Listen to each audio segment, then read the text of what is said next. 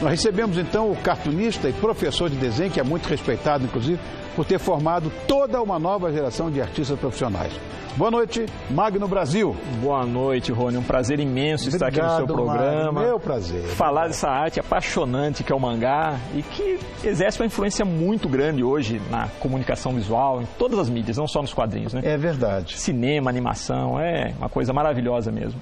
É engraçado, né? Falamos de coisa do Japão e você tem o sobrenome Brasil. Pois é, né? Para você ver como a arte é universal. Sem né? dúvida nenhuma, bonito. Eu acho que o mangá, ele, na verdade, para mim, ele deixou de ser só um estilo. Hoje ele é uma tendência. É uma tendência, como eu falei para você, universal. Né? Nasceu no Japão, mas se espalhou em outras mídias. Que, na verdade, quando o mangá chegou no Brasil, ele causou, vamos dizer, uma certa estranheza. Sim. É que era diferente e tal. Esse traço que é tão característico nasceu mesmo no Japão? Sim, o mangá ele é o termo pelo qual a história em quadrinhos é conhecida, né? Conhecida como identifica o estilo de quadrinhos japonês, como comics identifica os quadrinhos americanos, gibi no Brasil, filme. Seria a mesma coisa? Então é só uma questão semântica? Não é só isso. Não, estilo? Ele identifica o estilo de quadrinhos, né? É o termo que é usado para identificar o quadrinhos japonês, mas que também está ligado a toda uma estética, técnica de desenho, de narrativa. Claro. E o grande responsável pelo mangá moderno, eu assim, posso dizer assim, que na verdade é o Osamu Tezuka, vamos dizer, o pai do mangá. Tem que falar. É famoso, mais famoso que andar para criador do Astro Boy, né? O Astro Boy, Princesa e Cavaleiro, exatamente. Esse é o pai do moderno mangá, do olho grande que a gente fala. Né? Do olho grande. Que foi inclusive influência da Disney, né? Ele gostava muito dos desenhos da Disney. É por isso? Exatamente. Então, na verdade, todo mangá tem olho grande. Então, ou não necessariamente? Atualmente continua tendo olho grande, mas atualmente eu vou dizer para você que o que talvez identifique o mangá seja o olho expressivo. Que é uma técnica de você indicar brilho, de você indicar expressividade, independente de ser grande. Olha que lindo isso aí, né? Esses traços, né?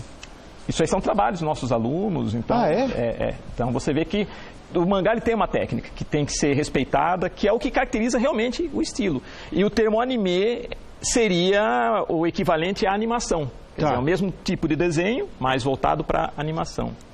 Me disseram que você ia sentar nessa prancheta exatamente porque você ia desenhar enquanto a gente ia conversar. É verdade? Posso começar? Pode, deve, imagina. Vamos lá. Você acha que é fácil ganhar 4 milhões de dólares num programa assim à noite? Não é. Uma outra coisa, mas enquanto você desenha, eu vou te perguntar.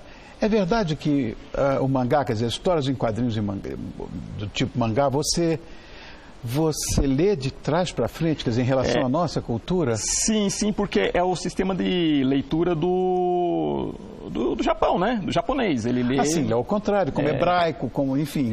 Isso, você respeita isso. É interessante porque esse sistema de leitura, inclusive, eu acho que foi um grande dificultador da chegada dos primeiros mangás no Brasil. A gente teve muito anime no começo, né? Então a gente falou do Osamu Tezuka, Princesa e Cavaleiro, Speed Racer, que na minha geração foi... Nossa, Speed Racer! Mas se você observar bem, a gente tinha os animes, mas não tinha o mangá, por causa dessa dificuldade de adaptar ao nosso processo de leitura. Enquanto o quadrinho americano era só você mudar o balão, o japonês você tinha que mudar todo um processo de leitura, que não é só de trás para frente, é da direita para a esquerda. Exatamente. Até a sequência dos quadrinhos e tudo mais. E isso mudou depois na segunda grande explosão do anime no Brasil, que foi durante a geração Cavaleiro Zodíaco. Aí algumas editoras começaram a editar os mangás, mas no sistema de leitura japonês mesmo. E colocavam na primeira página normal nossa um aviso: olha, você está lendo da maneira errada. Então começou a habituar o leitor de mangá a ler na sequência correta. E hoje a gente tem muito mangá traduzido, mas que você lê no mesmo sistema que o japonês lê, né? Muito bacana. Como é que isso pegou no Ocidente, hein?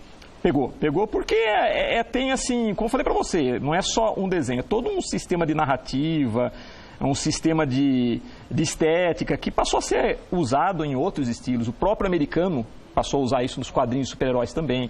O mangá teve uma influência muito grande na comunicação visual atual, para a geração de games também, videogames. Esse estilo que você está desenhando aí, qual é? Então, na verdade, eu estou fazendo você aqui num estilo chamado chibi.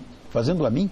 Isso, seria uma homenagem a você, né? Fazendo aqui você numa forma de personagem chibi. O que é o chibi? O que é o chibi? Ele é o seguinte, ele seria um desenho bem simplificado, com um olho bem grande. Aqui tem um olho grande mesmo.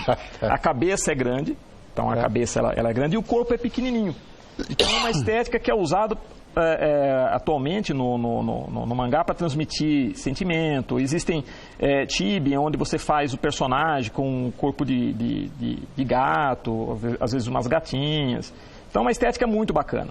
Então eu vou fazer você como se fosse esse personagemzinho. Tá. Então, no século XIX, Wagner, aqui no Brasil e no mundo inteiro, os cartunistas faziam muito isso, o corpo pequenininho e a cabeça enorme. Sim, sim. É mais ou menos isso, não? Seria mais ou menos isso, só que o chibi, ele tem as características do mangá, que seria, no caso, a técnica para você fazer o brilho do olho, né, a estética do traço, que é muito importante. Esse material que estou usando, por exemplo, que é a caneta pincel, é um material que é usado para finalização. É um pincel, é uma caneta que é em forma de pincel. Tá. Vendo? Então, minha pergunta é simples. Nessa história, como é que é o nome? Chibi. Chibi. Quantos outros existem sem ser esse chibi? Olha, o mangá ele tem várias vertentes. Eu posso dizer para você que ele, na cultura japonesa, ele está tão bem entrosado que você tem mangá até para manuais, para culinária. Você tem estilos, né, que a gente conhece, o Gekiga, por exemplo, que é para mangá de ação.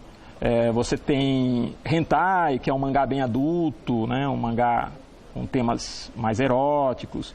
Enfim, eu posso dizer para você que o maior mercado de quadrinhos do mundo realmente é o mercado japonês. Mas essa história aí também, desses desenhos, você também trouxe algumas bíblias de mangá.